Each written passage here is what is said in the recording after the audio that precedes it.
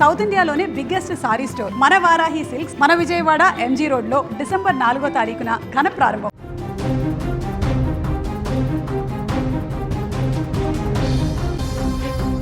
దిత్వా తుఫాన్ శ్రీలంకను అతలాకుతలం చేసింది. ఒకటి కాదు, రెండు కాదు, 400 మందికి పైగా అక్కడ ప్రాణాలు కోల్పోయారు ఈ తుఫాన్ దాటికి. చరిత్రలో ఎన్నడూ లేనంతగా జల దిగ్బంధంలో చిక్కుకుపోయింది శ్రీలంక. ఎటు చూసినా కూడా మొత్తం కూడా ఎక్కడ చూసినా నీళ్ళే కనిపిస్తున్నాయి. వందలాది మంది మృతి చెందారు, చాలామంది గల్లంతైపోయారు. ఇంకా వారి అడ్రస్ కూడా ఇంకా దొరకట్లేదు. కొట్టుకుపోతున్న ఇల్లు, కార్లు, దీంతో జనజీవనం పూర్తిగా స్తంభించిపోయింది. అక్కడ ప్రస్తుతం ఎటు చూసినా కూడా శ్రీలంక వ్యాప్తంగా నీళ్ళే కనిపిస్తున్నాయి.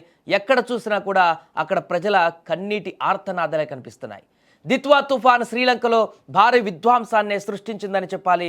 భారీ వరదలు, అదేవిధంగా వర్షాలు, మరొక వైపు కొండ చర్యలు విరిగిపడడంతో 460 మందికి పైగా ప్రాణాలు కోల్పోయినట్టుగా ఇప్పటివరకు సమాచారం తెలుస్తుంది. మరో 370 మంది గల్లంతైనట్టుగా తెలుస్తుంది.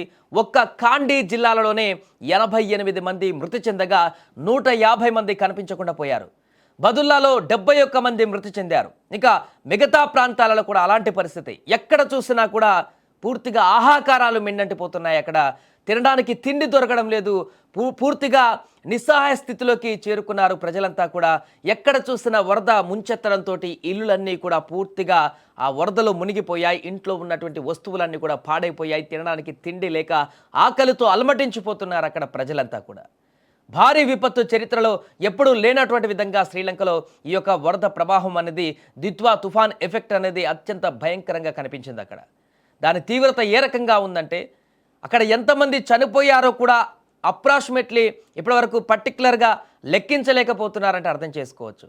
పూర్తిగా ఆ వరద ప్రవాహం కానీ తుఫాన్ ఎఫెక్ట్ కానీ మొత్తం అయిపోయిన తర్వాత ఒక అంచనాకు వచ్చే అవకాశం ఉంది ఎంతమంది చనిపోయారనే దానికి సంబంధించి. ఇంచుమించుగా ఒక 500 మంది ఇప్పటికే మృతి చెందినట్టుగా తెలుస్తుంది అక్కడ ఉన్నటువంటి మీడియాల ప్రకారం.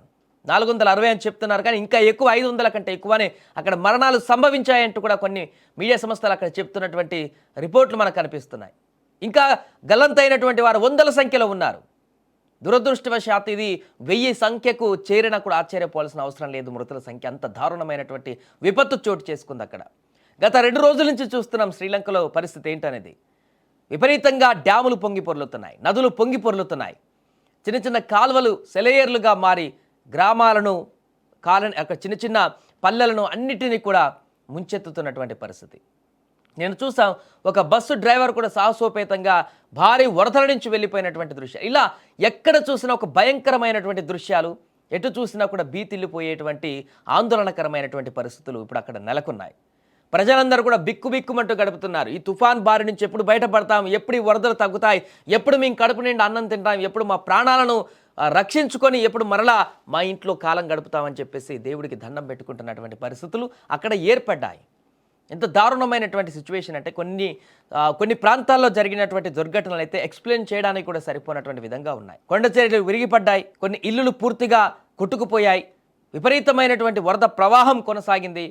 అందులో కొంతమంది కుటుంబాలు చూస్తుండగానే వారు కుటుంబ సభ్యులు ఆ వరదల్లో కొట్టుకుపోతున్నటువంటి దృశ్యాలు కూడా అక్కడ కలత చెందించేటువంటి విధంగా ఉన్నాయి. ముందట కొట్టుకుపోతున్నారు, వారు మరణించబోతున్నారని తెలిసినా కూడా వారిని కాపాడలేనటువంటి పరిస్థితి ఇటువైపు గట్టున ఉన్నటువంటి వారికి ఉంది. వారి హృదయాన్ని జలింపజేసినా కూడా ఏం చేయలేనటువంటి పరిస్థితి.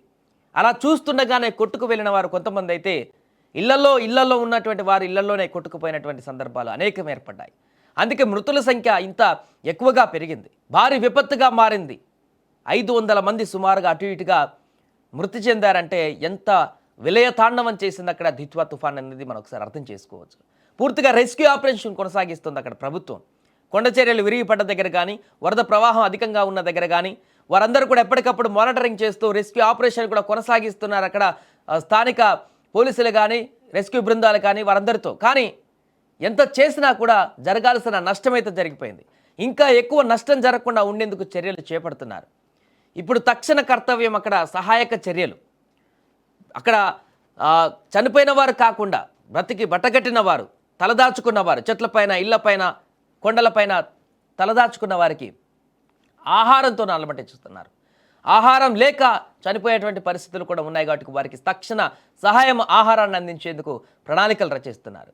అలాగే గాయపడ్డవారు, సొమ్మసిల్లు ఉన్నవారు, అనారోగ్యంతో ఉన్నవారు వారందరిని కూడా ఉటావుటన ఆసుపత్రి తీసుకువెళ్ళడానికి ప్రణాళికలు చేస్తున్నారు, ఆ రకంగా కొనసాగిస్తున్నారు. కానీ వరద ప్రవాహంతో కొన్ని ప్రాంతాలలో సహాయక చర్యలు చేయడానికి కూడా కొంత ఇబ్బందికరమైనటువంటి పరిస్థితులు అక్కడ ఏర్పడ్డట్టుగా తెలుస్తుంది.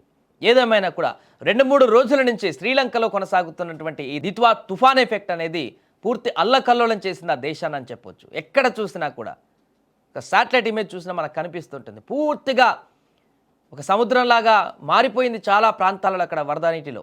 ఎక్కడ చూసినా నీళ్ళల్లో మునిగిపోయినటువంటి కాలనీలు, ఇల్లులు, ప్రాంతాలు, నగరాలు అన్నీ కూడా అతలాకుతలం అయిపోయినటువంటి పరిస్థితి ఉంది. కొంత ఇప్పుడిప్పుడే తగ్గుముఖం పట్టింది అక్కడ. దీనికి సంబంధించిన రెస్క్యూ ఆపరేషన్ కొనసాగిస్తున్నారు. చూడాలి రేపెల్లుండి వరకు అదృష్టవశాత్తు గల్లంతైన వారిలో ఎంతమంది బ్రతుకుతారు అనేది చూడాలి. ఒకవేళ మృతి చెందితే మాత్రం ఈ సంఖ్య అత్యంత ఎక్కువగా మారేటువంటి అవకాశం ఉంటుంది, మృతుల సంఖ్య.